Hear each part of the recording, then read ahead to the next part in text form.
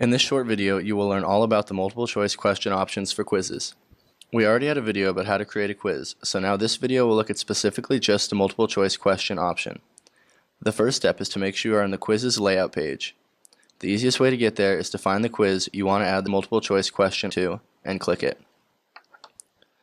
Next, look in the administration block and find and click the Edit Quiz link.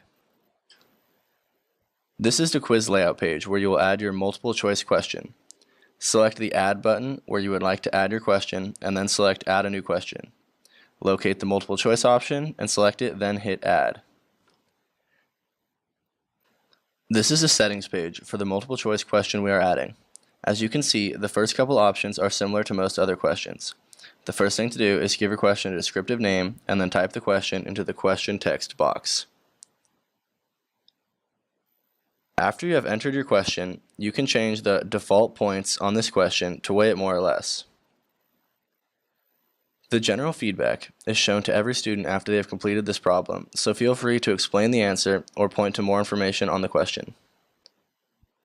The last three options of this first tab are pretty self-explanatory, but if you have Shuffle the Choices enabled and it isn't actually shuffling the choices, check in your quiz settings, not the question settings, but the quiz settings page, and make sure Shuffle Within Questions is also enabled. The next tab is the Answers tab, where you will enter all the possible answers and the grade associated with each one. You need to have at least 3 different options, and one of those must be worth 100%. Just like before, it is easiest and safest to put the answer with 100% as the first answer option. If you have multiple answers selected, make sure that the total of all the positive percentages is 100%.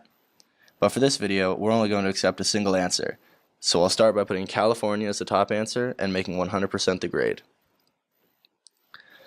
You can also have negative points for answers, so if somebody were to guess Indiana, you could give them negative 100%, for example. If you want to give partial credit on some answers that you think are okay, you can do that by setting the grade to anything not 100%. If you ever need more answer boxes, just hit the Blanks for 3 more choices button. The next tab is the Combined Feedback tab, where you can set the different feedbacks depending on the answer. If the student gets the question totally right, the first feedback box is shown to them. If you are accepting multiple answers and the student only gets the question half right, they will see feedback in this second box, and if they are totally incorrect, they will see feedback in the third box. The next tab is the Multiple Tries tab. This tab lets you set how your question will behave if your quiz is in interactive with multiple tries or adaptive mode, or if it is ever used in a quiz that is in either of those modes. The Penalty for each incorrect try option lets you select a percentage of points lost each time an incorrect answer is entered. You can also add hints to help your students out, along with showing them the correct number of responses or clearing just the incorrect responses if they guess incorrectly. When you are happy with your question, scroll to the bottom of the page and hit Save Changes. This will take you back to the quiz layout page where you can verify that your question is there. When you find your question, you should preview it by hitting its magnifying glass to make sure it looks like how you wanted it to.